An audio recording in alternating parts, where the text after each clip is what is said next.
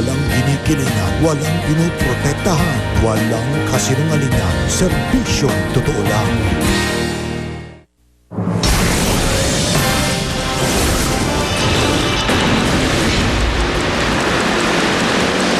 Dahil sa matinding buhos ng ulan sa magdamag, maraming bahagi ng Metro Manila mistulang Water World na naman.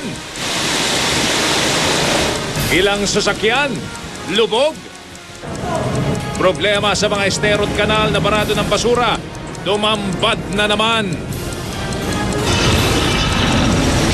Sa Valenzuela, 2 patay sa pagguho ng bahagi ng tulay.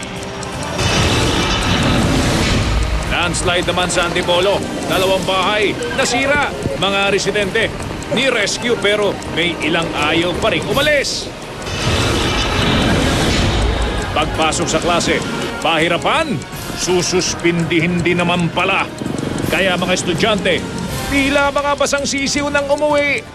Muling gate ng Malacanang, lokal na pamahalaan ang dapat magsuspindi ng klase. Pati mga barangay captain, may karapatan din daw na magpasya. La Mesa Dam, nasa red alert dahil sa pagtaas ng water level. Ilang taga Marikina, kinabahan ng tumunog ang warning system sa tabing ilog. Yun pala, tinetesting lang. Sa gitna ng tensyon sa Panatag Show, Pangulong Aquino, hihilingin daw sa Amerika na magpalipad ng spy planes, teritoryong inaangkin din ng China. Mga kaawa-awang aso, sinagip bago tuluyang katayin. Sa Iloilo, dugong, nakitang palutang-lutang, sadyang pinatay. Aramina, proud na nakatapos ng culinary course. May balak daw iluto para sa kapatid na si Christine Reyes. Korean superstar group na Super Junior, excited pero kabado raw sa bago nilang album. Ang behind the scenes sa music video ng bagong kanta ni Julian San Jose. At Comedy King Dolphy, muling nagkanyumonya.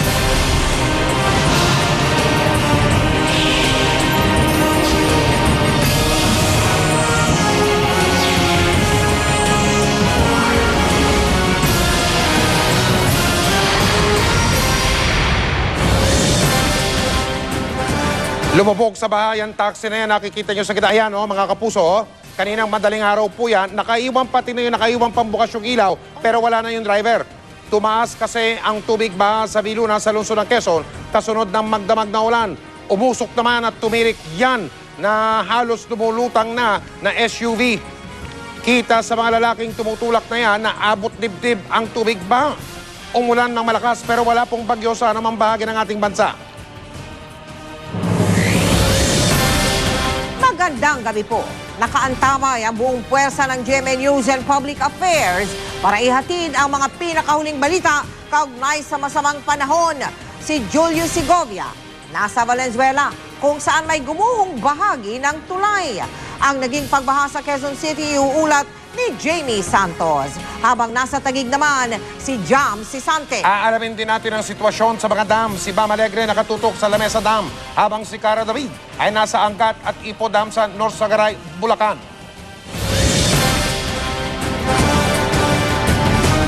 Dalawa ang patay matapos matabunan ng gumuhong bahagi ng isang tulay sa Valenzuela.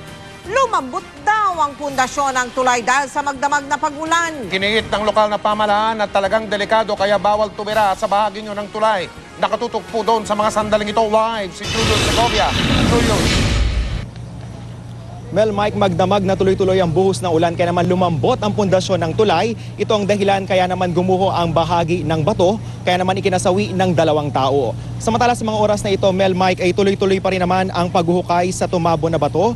Gamit ang jackhammer, tulong-tulong ang mga rescuers sa pag-recover sa nalalabi pang biktima sa lugar.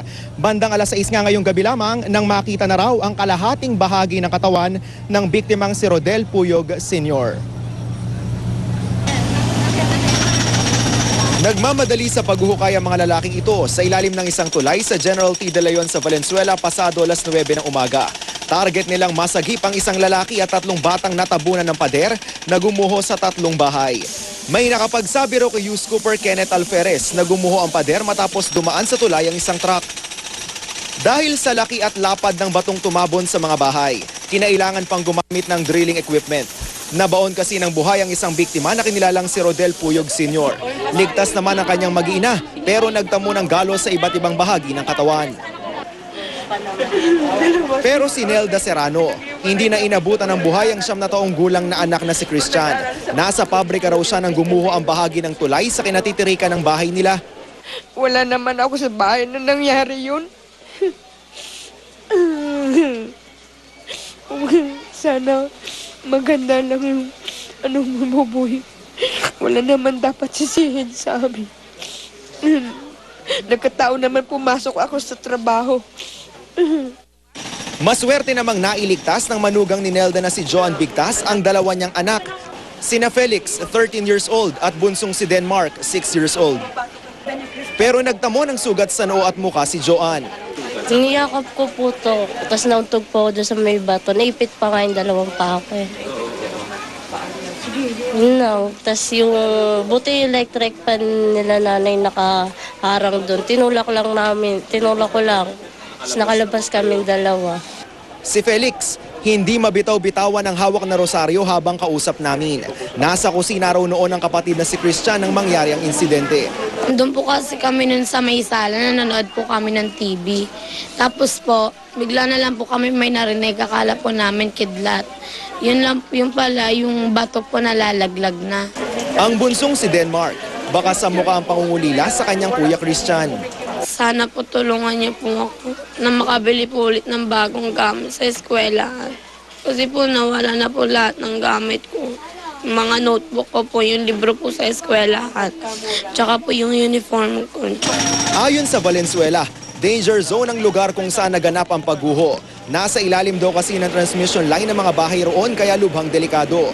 May 4 na dekada na raw na pinagbabawalan ng may 3,000 residente na lisanin ng lugar.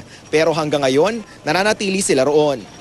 NGCP ang may-ari nitong lupang ito. So obviously dapat sila yung maghanap ng relocation. Kasi hindi sana naman natin ilalagay almost 3,000 families na nasa ilalim ng transmission line in Valenzuela alone. We have to analyze and investigate bakit nangyari ito. Kung may nagsabi man na aalis naman po kami, wala akong nagsasabi. Ayon sa National Grid Corporation of the Philippines o NGCP, bawal talagang tayuan ng anumang istruktura ang mga lugar na may transmission line. Pero giit ng NGCP, lokal na pamahalaan pa rin ang may-ari ng lupa. Nangako naman ng lokal na pamahalaan na magpapabot sila ng tulong pinansyal sa pamilya ng mga biktima. Mag-alas 5 ng hapon ang palikasin ng mga residenteng nakatira sa ilalim ng tulay. Lubharaw kasing delikadong manuluyan doon, lalo pat wala pa ring tigil ang pag-uulan at nakitaan pa rin ng crack ang bahagi ng tulayan. Muna ang latest mula rito. Balik sa iyo, Mike. Julius, paano ngayon? May balak bang paalisin na yung mga pinakita mong bahay kanina, yung mga nakatira doon? Actually, Mike, binabanggit sa atin ng lokal na pamahalaan na puwersahan nilang pinalikas yung mga residente, mga 15 to 20 families daw ito. Ito yung nakatira malapit talaga doon sa pinangyarihan ng pagguho ng malaking bato. Pero ngayon, yung mga residente naman na medyo may kalayuan doon, pinag-iingat lang sila, Mike, ng lokal na pamahalaan. Kaya nakikita namin sa live na kuha nyo kanina. Kanina lang, ngayon lang, kung pwede natin ibalik. Umuulan pa doon sa lugar o dyan sa lugar na yan, Julius? Mike, sa mga oras na ito ay tuloy-tuloy pa rin yung buhos ng ulan. Actually, buong maghapon naging maulan dito sa area sa may Valenzuela. Kaya naman yung mga rescuer din ay medyo nahirapan sa kanilang isinasagawang pag-retrieve nga dito sa natitira pang labi ng biktima dahil nga nakakahamper pa sa kanilang operation yung patuloy na buhos ng ulan, Ibig Mike. sabihin, Julius, kung patuloy pa rin ang pag-ulan dyan, tulad na nakikita natin yan, patuloy din nung lumalambot pa rin ang lupa dyan. Baka may iba pang mga bahay dyan na wag naman sana na may mangyari din katulad nung nangyari dyan kanina, Julius? Actually, Mike, yan nga yung pangamba ng lokal na pamahalaan kaya nga sa pilitan na nilang pinalikas yung mga 15 to 20 families na nakatira malapit talaga doon sa pinangyarihan ng pagguho dahil nga ang pangamba nila baka raw magkaroon na naman ng pagguho lalo pat may crack na nakita dito sa ilalim ng tulay, Mike. Maraming salamat, Julius Segovia. Sa Antipolo naman, 2 bahay ang napinsala matapos gumuho ang lupa dahil pa rin sa pag-ulan. Pinalilikas na ng mga otoridad ang mga nakatira sa apektadong lugar. Pero ang ilan sa kanila ay ayaw pang umalis. Nakatutok si John Consulta.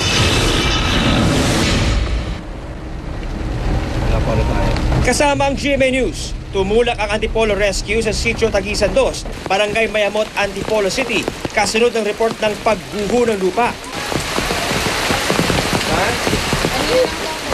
Sumalubong sa amin ang ilang tipak ng bato, nagibang pader at flooring ng bahay ni Marilu Madula.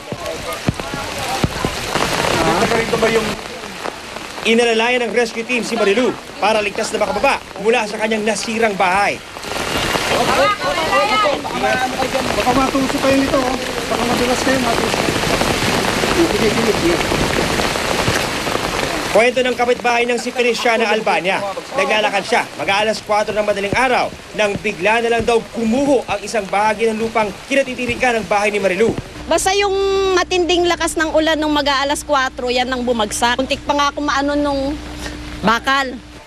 Problemado ngayon si Marilu dahil wala raw silang malilipatang mag-iina. Sana tulungan nyo lang ako dito kahit konti sa may paggawa ng bahay ko. Nang may matera naman kami. Sunod na tinungo ng rescue team ang bahay ni Gilberto Arizala. Ayon kay Gilberto, mag-aalas 2 ng madaling araw kanina nang bigla raw siyang makarinig ng kakaibang tunog sa likuran ng kanilang bahay at ilang saglit lang. Ipagtayo ko, yun lang pala, oh. Pabagsak na pala po, eh. Mas pumasok na yung lupa po. Pumasok na sila, sabay-sabay na sila. May tubig po kasama? Mayroon po. Sa tindi ng pinsalang tinamo ng bahay na to matapos ngang magiba itong lupa sa kanilang likuran at sa banta na rin ang patuloy na pag-uulan. Nagpayo na itong mga otoridad dito sa Antipolo Rizal para sa paglilikas ng mga tao na nakatira sa bahay na ito para makaiwas sa higit na mas malaking peligro. Bukod kina Marilu at Gilberto, inirekomenda rin ng PDRRMC ang evacuation sa iba pang pamilya sa bahaging ito ng Sitio Tagisan 2. Lubha kasing mapanganib ang sitwasyon. Medyo peligro, masyadong malambot yung lupa na natitirikan ng kanilang mga bahay. Rekomendasyon ko na hindi na dapat tiran itong lugar na to, itong lugar mismo ng pangyayari ito. Ang ilang residente agad tumalima sa direktiba ng mga otoridad. Better daw na lumikas muna kami kasi prone to landslide nga daw yung pwesto. Dapat naman din po kami sumunod kasi pamahalaan na po yung gustong umalis kami. Para sa amin din naman po yun. Pero si Gilberto, ayaw lisanin ang bahay na tinamaan ng landslide. Hirap, ang hirap talaga isang explain. Pinaghirapan ko nito na pinibinta ko pa sa mayari ng lupa dito. Git ng PDRRMC, magsasagawa sila ng forced evacuation kapag patuloy nagmatigas ang mga residente. Mula rito sa Antipolo, John Consulta, nakatutok, 24 oras.